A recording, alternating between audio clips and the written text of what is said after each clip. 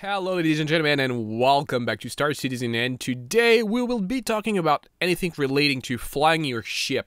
So, at the beginning, when you're just not familiar with the game, I would strongly recommend that you go into Arena Commander, get into a single player and free flight, and then you choose whichever map you want. Personally, I don't really like the other map because the bright one, the white one, is extremely bright, and I find that very annoying. Anyways, so game mode, free flight map. I recommend Dying Star, but it's up to you. Maybe you'd like the other one.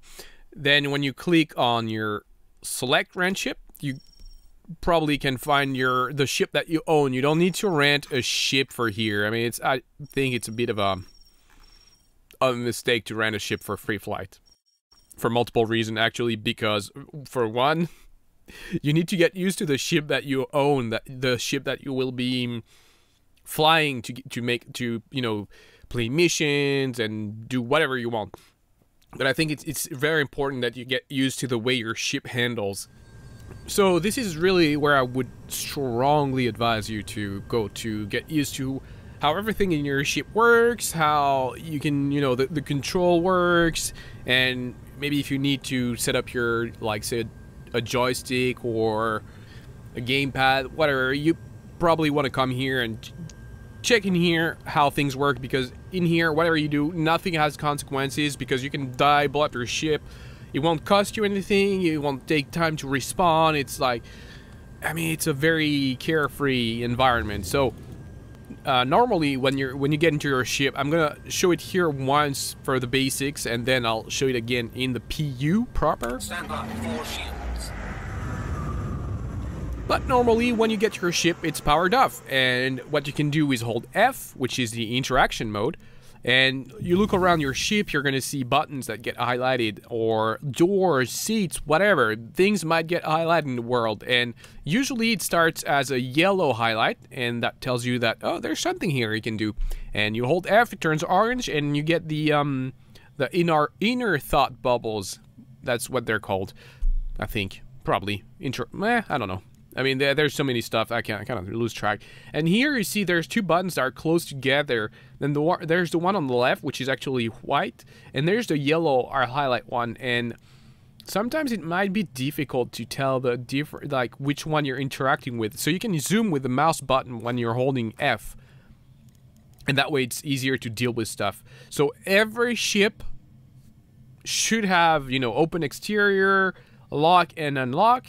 It should have the engine on and off, and it should have the flight ready and power on. So flight ready essentially turns the power on, turns the engines off, and essentially it's the one key interaction to go from cold and dark to ready to fly. But if you like a little more granularity, what you can do is turn the power on, which essentially turns the lights on. It's gonna start charging your shields, or it should. It doesn't work here for some reason. Oh, here we go. The shield is starting to power up. And how do I know that? Well, it's because it's here. You see it's charging, and it's every face of your shield, sorry, is represented here. Some ships have stronger shields. Some ships have upper, lower shields. I mean, things will vary a little bit from one ship to the next, but the general layout is going to be the same. It's going to be a few MFDs, multifunctional displays, and Shields max. Thank you.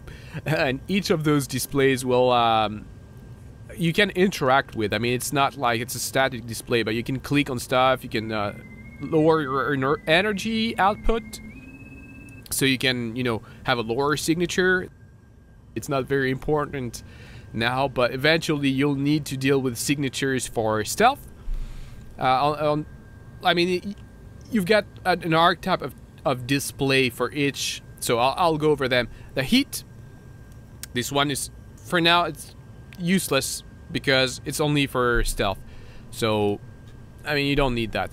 And you can have a list of each item and see the, go through the thing. Unfortunately, it uses the mouse wheel to scroll, and you can do that with probably this little thing here. But yeah, that's not particularly relevant for you right now, but it's probably a good idea to familiarize yourself with this particular display, because eventually it will be important, and if you wait for that time to get familiar with it, you're probably not going to be very happy. Self status is really the same display as the top left. Right now in the visor you have the the same essentially, except this one has a little bit more information. For instance, there's the pilot name and the ship name, which is not visible on the top left here, and there's the same for the target on the top right, and you can have these display through target status. And because there's no one around, I mean, there's no target locked, but it gives you the same information, pilot name and all, that is not available from the visor. So yeah, that's something to keep in mind. After that, we have the shield, which was already open here, but you can, choose what display you have on each of those. And maybe you like to have, like me, the for instance, the target display here and the self display here, and then other stuff here, because it's, closer to the center, it's got more relevant information to combat and stuff. I mean, you tailor the displays the way you see fit, but then you have the guns and missiles, which you can bind here to actually this is a bit of a problem, because this particular ship only has one type of weapon, and usually weapon types are grouped together. So the yellow jacket, which are the these guys here, are bound to the same group, but maybe I want to change one of them for no particular reason. It makes absolutely no sense to do that in this particular case, but if you have a ship with, like, say 4 or 6 weapons, maybe you want to split them because you want to have like 2 of one type and 4 of another type. Doesn't matter. I mean, it's just to tell you how it works. So now I'm going to be firing the left one with the left click and the right one with the right click, because there's group 1, 2, and some ship used to have the ability to have 3 groups. I'm not sure if that's still possible, but in here I know that we cannot have more than 2 groups. And yeah, that's about all there is. You can see the missile count here, but there's no way to interact with them. All you have here is the information of the type of locking system. IR means it's infrared. You probably inferred that already. But what it means is that it locks onto the heat signature, and now that heat signature becomes a little relevant. You can see it here and here. There is the same for the target. Basically, on the top left here, you can see for my ship the signature, and your target signature, let's see, if you see, start moving, your signature increases, start putting the turbo on, which is the afterburner actually, but your signature increases depending on what you're doing with your ship. Now we're shooting the guns, and let's have the signature stabilize a bit, but alright, 3800, a little under. If we shoot the guns, the signature increases quite a bit, and we stop, signature decreases again. If we stop the ship, the signature increases a bit because your thrusters are going to be firing to slow you down, but now it's settling a little lower, maybe, not actually, not much. But if we turn the engines off, see? The signatures get impacted by that. Engines are on. So that's the kind of stuff that you need to know for missiles, but you also have EM missiles, electromagnetic signature, so that's the other signature on the left, and then you're probably going to see CS missiles, which are cross-section missiles. Essentially, it's a radar type thing, so the bigger the ship, the easier it is to lock on. So small ships, you're going to need to be a little closer, and bigger ships, well, you can target them from like, woo, super far away. I'm exaggerating a bit because, of course, missiles can have a range to target, and if you go and go over the range, it's not gonna work. So it's something that you're gonna learn by doing more than me telling you. But it's, I mean, you're gonna see it's pretty intuitive. I mean, it's no different than any other game. So now let's move on to the PU to show more about flight. So the PU is accessible through Universe and Standing System, and if it's the very first time you're gonna play, you're gonna be presented with the character customization screen. So it's, you don't need me to walk you through it. You just do your thing. You confirm your choice, and you click on Standing System. There are 3 regions. Usually it's a good idea to choose the best, but if for some reason when you try to log into the PU it's throwing errors at you, you probably want to manually choose a region that is different from your normal region, because sometimes one of the regions actually is going down. So you will, if that's the first time you're playing, you will spawn at Port Olisar in a bed. So if you want to get out of bed, either use one of the movement keys or press H. That should still be a default bind to get out of the sit.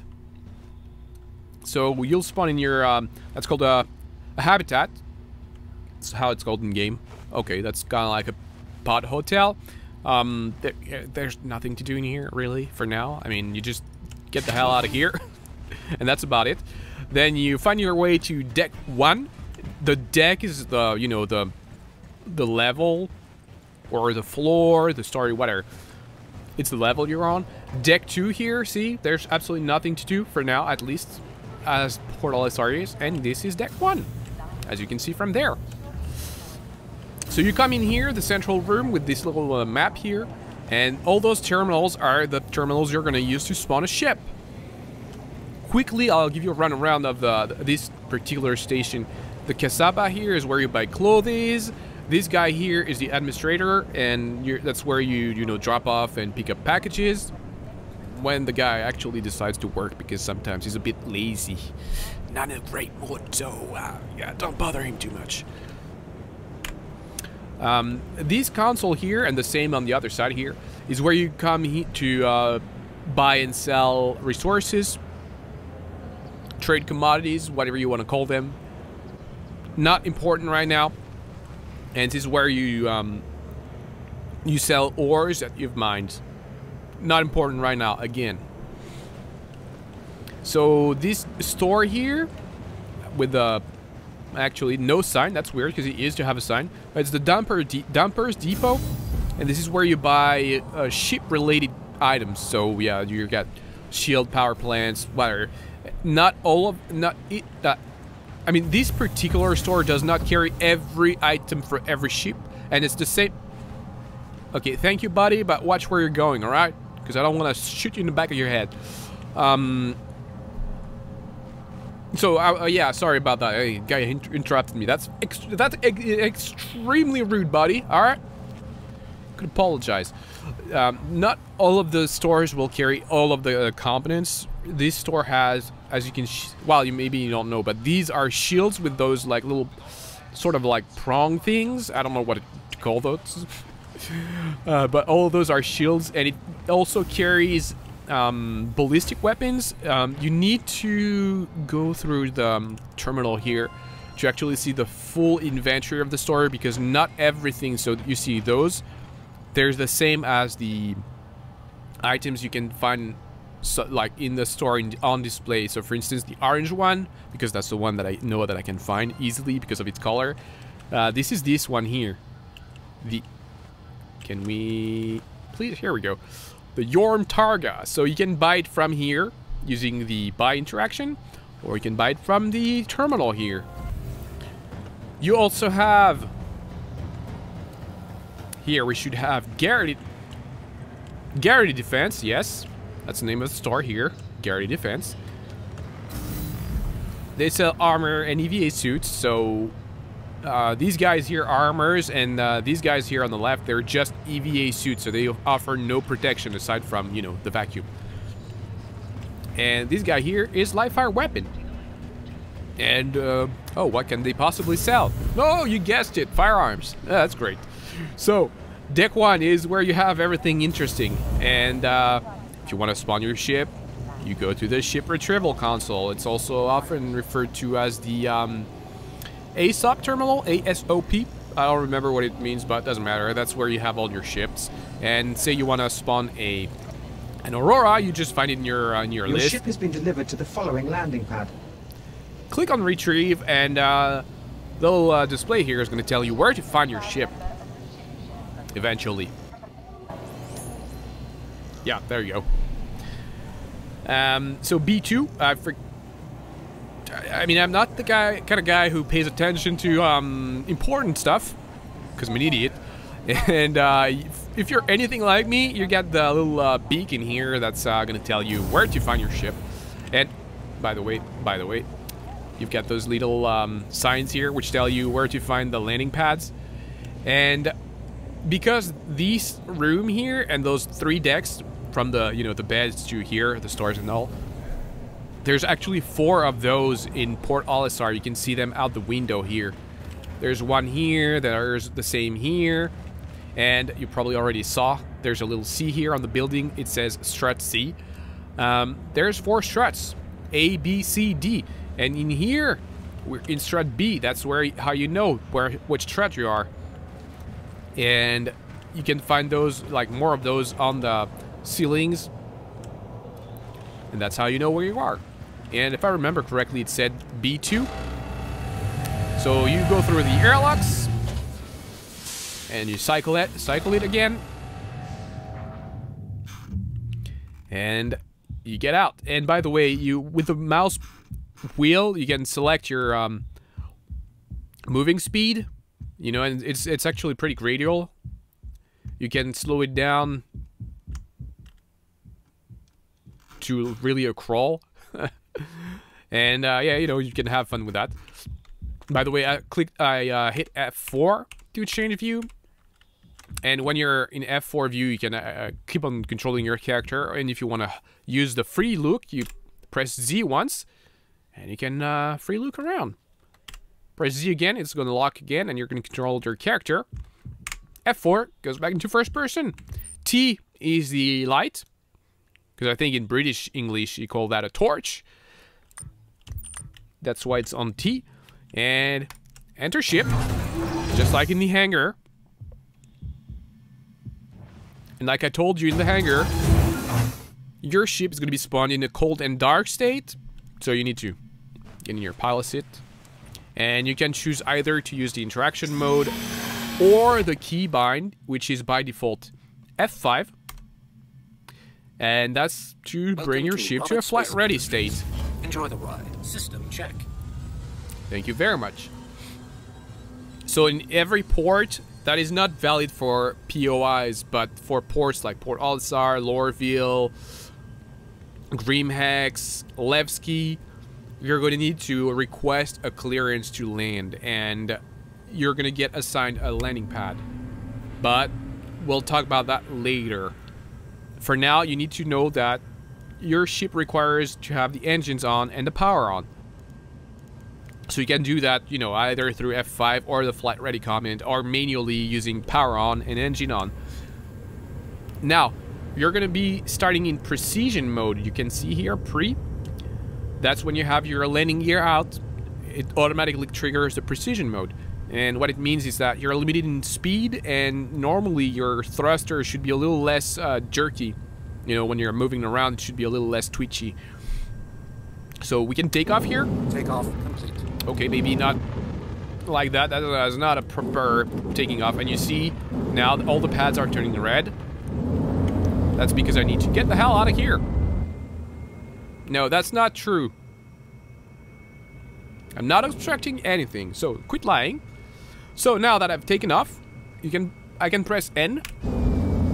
And what it does is fold the landing gear and switch into SCM, center cruise mode or whatever it's called. I don't know what it means, but it doesn't really matter. But that means that I can go faster. That's all that matters. I like to go fast. Then you have the Afterburner Mode, which is accessible through a single hit of the Shift key. Actually, depending on your settings you can use either a toggle or a hold mode.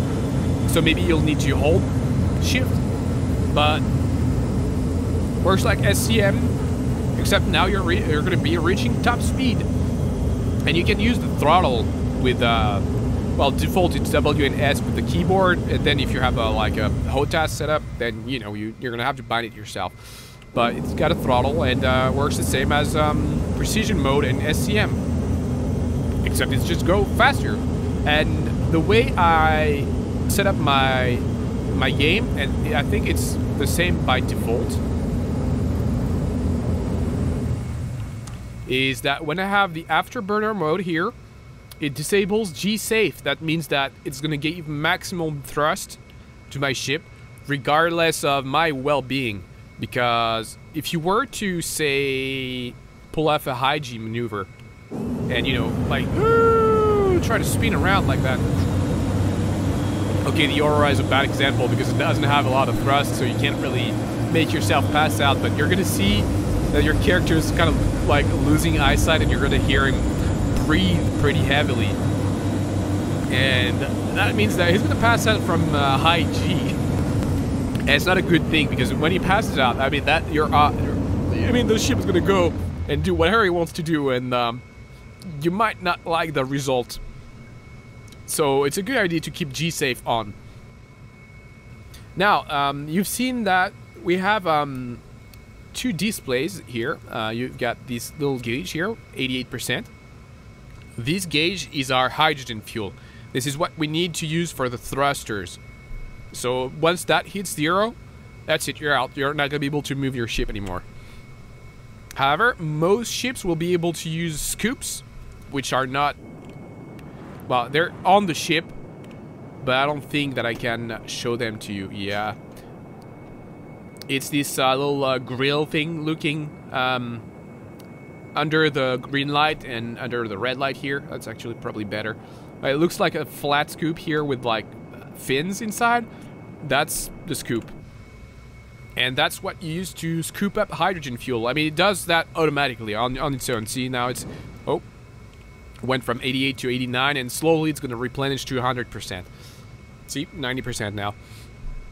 And the speed at which it's going to replenish is going to be, for now, it's only going to be dependent on the ship you have, because some ships have very large tanks, but very small scoops, so it's going to be very slow. Some ships have very large scoops, and it's going to be very fast, so yeah, it's dependent on the ship. There's nothing you can do about it, for now, at least. Then the other fuel you have is the quantum fuel QF here. This is what you need to be able to move from planet to planet or moon to planet or whatever. This is what you need to travel long distances, essentially. And the way to travel long distances is through the map here. But we'll talk about that later, because right now I need to go back to the basics of, you know, flying around. So you've seen me maybe earlier when I was trying to make my guy pass out, try to use the boost. Oh, whoa, we went pretty far. But yeah, the boost here, which is bound to X by default, and when I, you know, when you see the boost go on, the G-Safe actually goes off.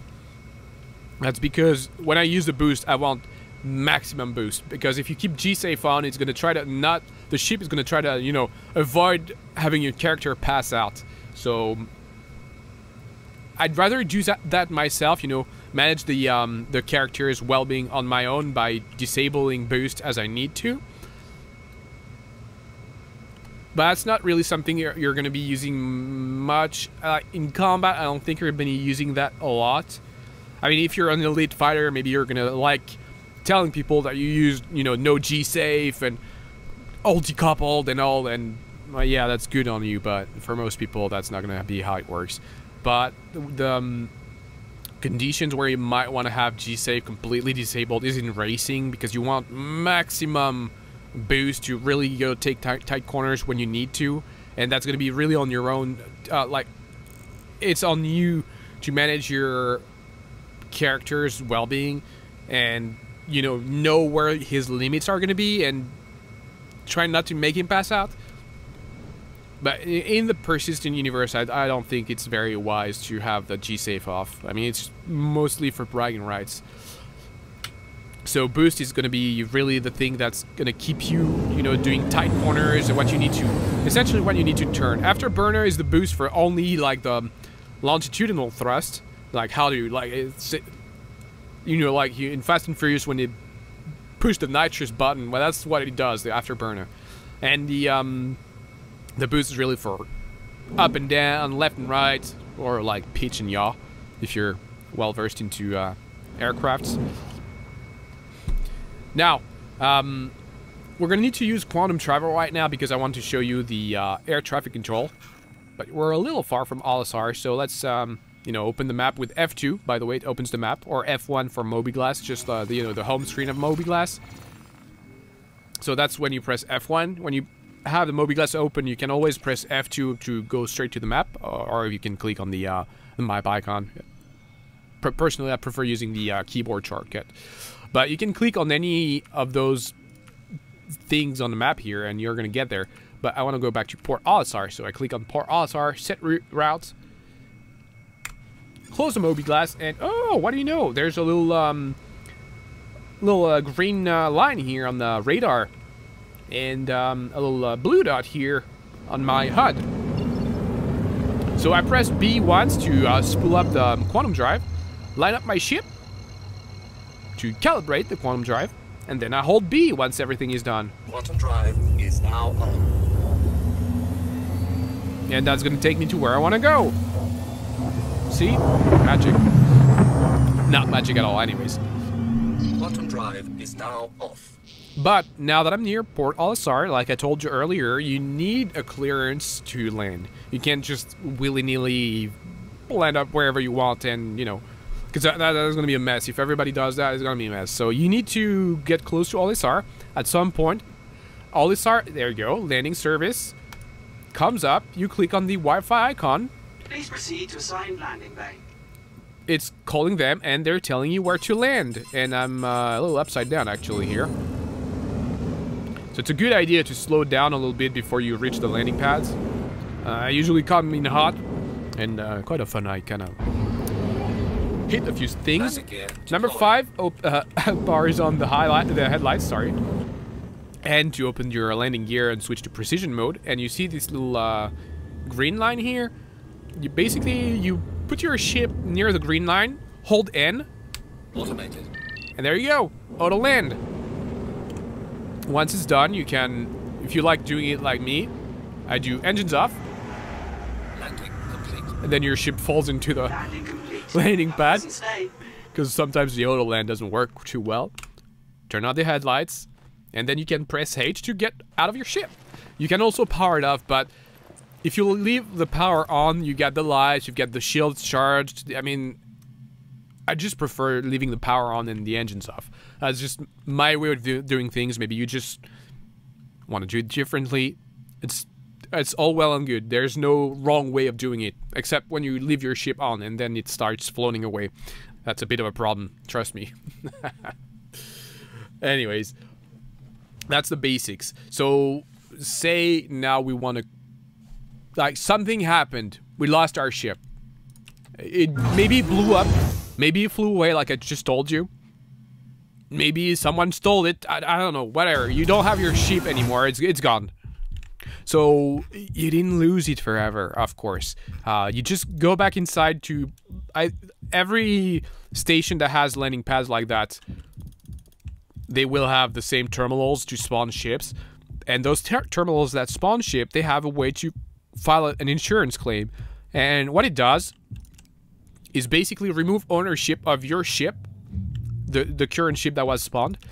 And what you need to keep in mind is that it also removes ownership of everything that was on this ship, including whatever weapons or components you might have upgraded. So that's something to keep in mind. If you claim a ship, you lose all of that. But you get a brand new ship that was like straight out of the factory. So you go to your, you know, your ship list, and you click on claim here. No, that's the one I want to claim. And you click, it's going to tell you how much it's going to cost, but usually the basic claim is free. It's going to tell you the delivery time. That's the time you need to wait to get the ship again. And there you go. And it starts counting down. But if you want to pay a little extra, you can have your ship faster. So 1 minute instead of 5. And as the, the time goes down, you can just have it. Basically, if you wait 1 minute, you're going to click pay expedited fee and you're going to have the ship instantly. But yeah, that's the way it works. So say now we want to go and quantum travel to some place because we don't want to stay around Port LSR. To the following landing pad. So we call a ship. We get inside the ship. We power up the ship. We take off, although we can do that from the landing pad, but I like to just move away. And say we want to go to wherever, Yella. Actually, that's better if I show you Grimhex because it's going to show you something else. So you find whatever destination you want to go to. Doesn't matter where. And you click on it. You click set route. And oh, what do you know? There's 2 green lines here. Well, you can see them here. By the way, you can see your fuel and what fuel it's going to require for this particular trip. It means that we're going to need to do 2 jumps here because there's 2 entries here.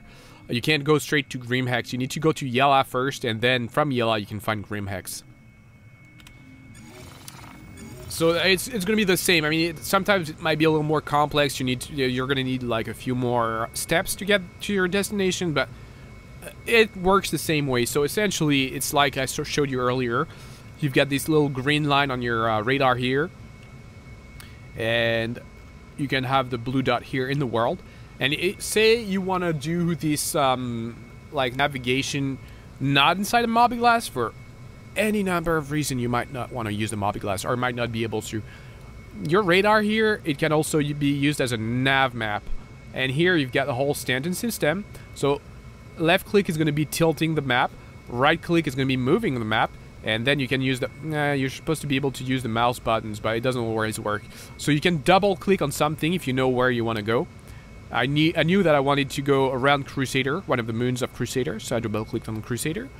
Then Yella, double-click, and then Grimhex. And then I click Set Destination, and essentially it does the same as I did through the Mobiglass. So, now that we've set up our net... Oh, actually, it's probably a good idea to go back to the radar. There you go. Now that we want to go away, same as before, we hit B once, and you hear this little noise here. We heard something kind of like power up. That's actually the sound the quantum drive makes. When you have a small ship, you can hear it. The bigger ships, you don't hear it because it might be at the other end of the ship, or maybe soundproofing is better. Whatever, doesn't matter. In small ships, you hear it. Larger ships, you don't. And you aim your ship. Wait for spooling and calibration to both be done. And by the way, you can see 1 out of 2 here. 1 out of 2 to Yella. It means it's the first step of our trip. Hold B once everything is done. And it's going to be flying on its own to Yella in this particular case. And this little stutter you saw, it's normal. It's because it's unloading the map we were on. And it's loading the map we're going to. Well, it's not really a map. It's like a part of the world. It's not, separated, so to speak. And now you see on the left, oh, there was a red triangle, and now it's turned blue. That's because there was a small cooldown between, after a jump. And same thing here. Press B once to spool up. Aim your ship to calibrate. Hold down B once everything is done.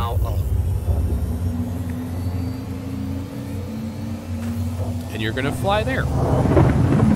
So once more, once you reach any station, what you want to do is wait for it to pop up on the comms here, or maybe it's gonna like this particular, if you fly another ship, this particular display here either is on another display located elsewhere, or maybe it's not up, and in which case you can find any one of those displays here, click the menu, and hit the comms, and that's gonna bring that thing here.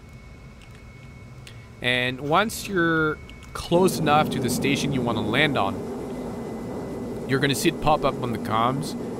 You click the Wi-Fi icon. Often the station's gonna hail you first, so that's gonna mess up your stuff. But just wait for them to be done talking to you.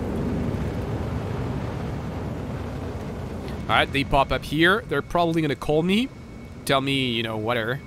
Hello, jerk off. Turn on the headlights. I'm waiting for them to call me. There we go. I don't know why they're not calling me, but you know what? I'm done waiting for them to call, so I'll call them. Oh, of course. I didn't call them yet.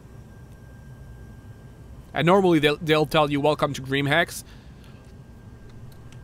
I don't know why it doesn't work right now. You know, some versions of the game work better than others. Doesn't matter. Basically, you want to call the Green Imperial Landing Services. Normally, they'll tell you, you know, there's a pad for you, but whatever. All right. Little key here. Not really a key, but more like a wrench. You navigate your way to that landing pad without going too close to the ones that are highlighted in red. Normally, there's Autoland. I'm not sure there is Autoland here. Oh, the Connie. All right, that's fine. Because sometimes people, they take off, they go a little cray-cray. So I've triggered, you know, by holding N, I've triggered the Autoland. I'm letting the thing do its thing. I've used the, you know, free camera with the Z. I'm getting ready to turn the engines off because sometimes when you get close to the pad, the ship doesn't know what to do. There you go. Landing complete. Engines are off. Landing complete. Have a business to say. And you're done. I'll turn off the headlights because that's blinding. And say you are, you know, you've done your flight and all, and damn, you're out of quantum fuel or low on hydrogen fuel. Oh, what do you do? Well, when you land here, pop up the Mobiglass and wrench icon. So restock and repair are not available, not because the station doesn't provide the service, but because my ship is neither damaged nor expended any ammo. So what I do is just refuel quantum fuel and hydrogen fuel, pay for the service. There you go. It's extremely fast because I almost expending no fuel. But you can see your quantum fuel here, 583. So that means that it's actually reached the max because we used like a 0.01, I think, quantum fuel for this distance. But yeah, that's the basics of the flight. And it's basically all you need to know for, you know, flying on your own in the verse. So thanks very much for watching. I hope that helped you a lot. And I'll see you next time for, well, what do we have next? Oh, we have the shopping. My favorite part in the game. Anyways, take care, guys.